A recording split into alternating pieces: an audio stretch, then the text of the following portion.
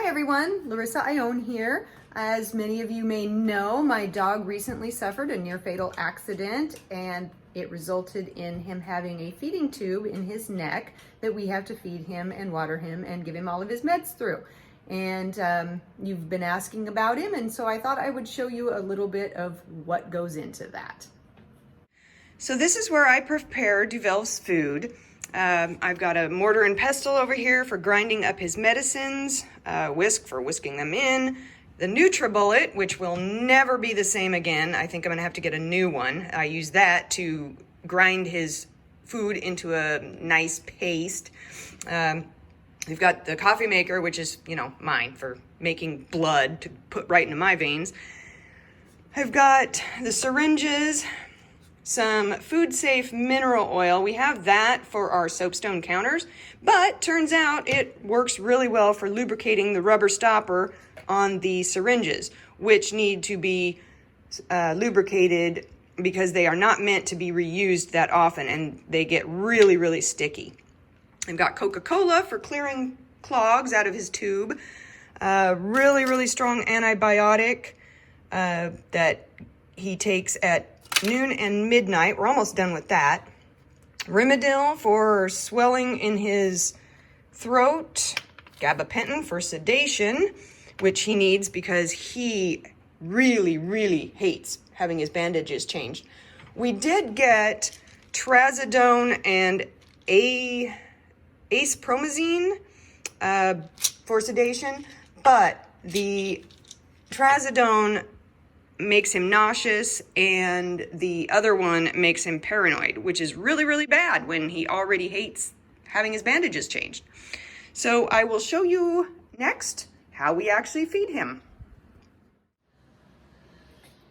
So what I have to do is mix a can of the Hill Science Diet Digestive Care with a can of a higher calorie food because Duvel is losing a lot of weight, and this is about 100 calories more than this. This the vets wanted him to have because it's easy on the stomach, and obviously when you have throat wounds and a feeding tube, throwing up is a very, very bad thing. So we're going to mix a half a can of this with a half a can of this in my NutriBullet. I feel like I'm doing a cooking video, except this is really disgusting. So here we go.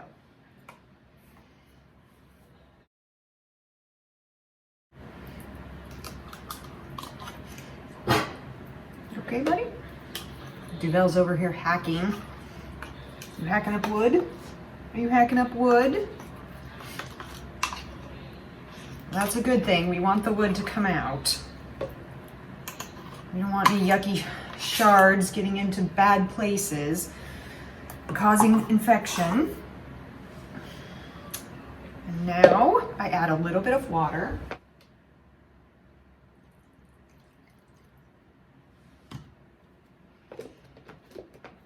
I'm never using this NutriBullet for food ever again.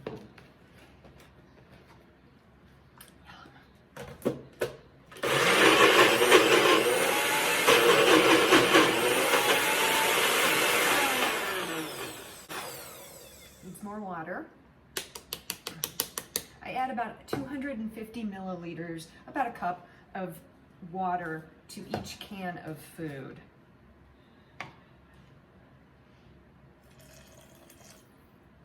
But I don't add it all at once because I really want those chunks in the dog food to get blended up really, really well into a really fine puree, because we discovered that if you don't do that,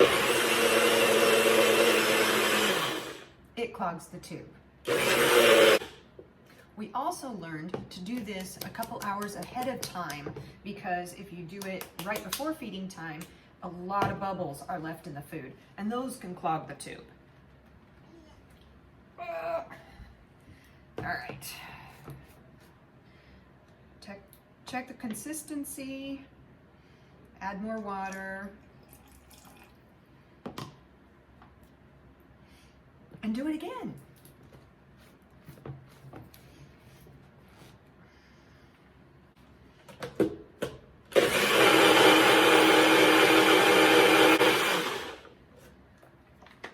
check the consistency again. The thing is, when I broke my wrist a few years ago, and to this day, I have a hard time opening things. And Brian's taking a nap. So,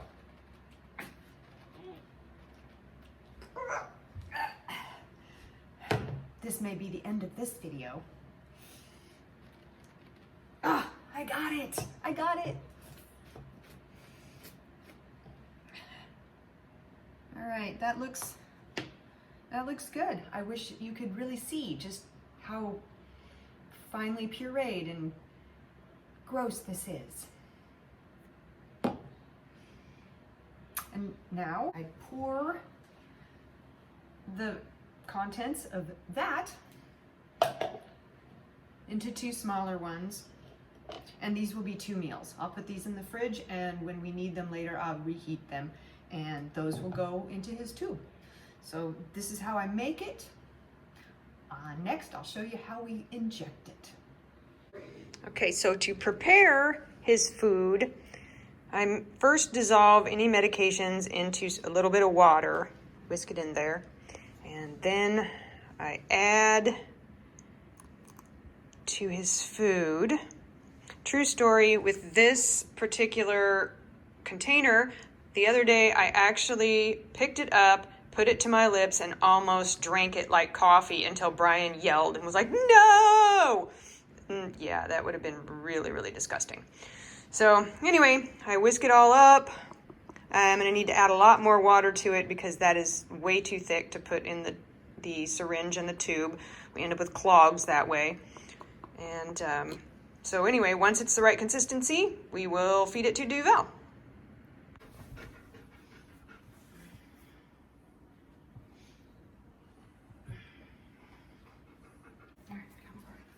Boy.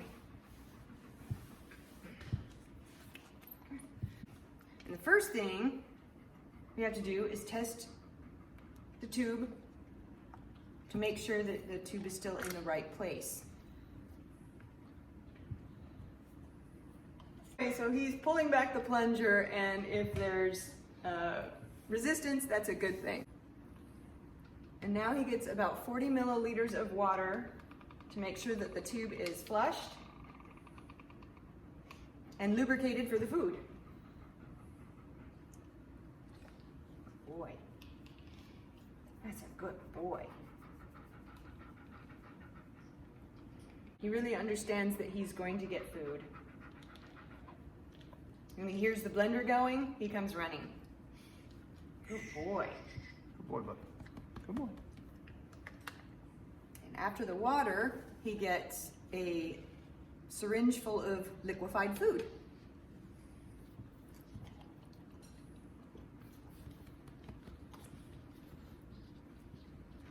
He helps clean off the tip. That's his job. He's happy to have a job.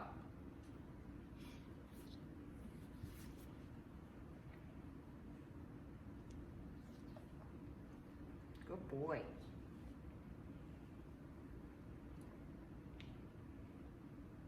And then finally we rinse the tube with water. No, buddy.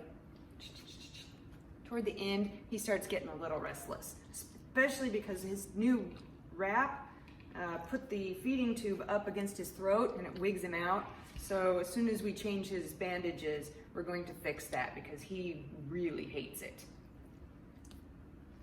Duvel, stop. Shh.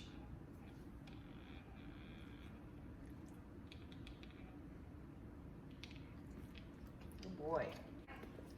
Okay, good boy. All right.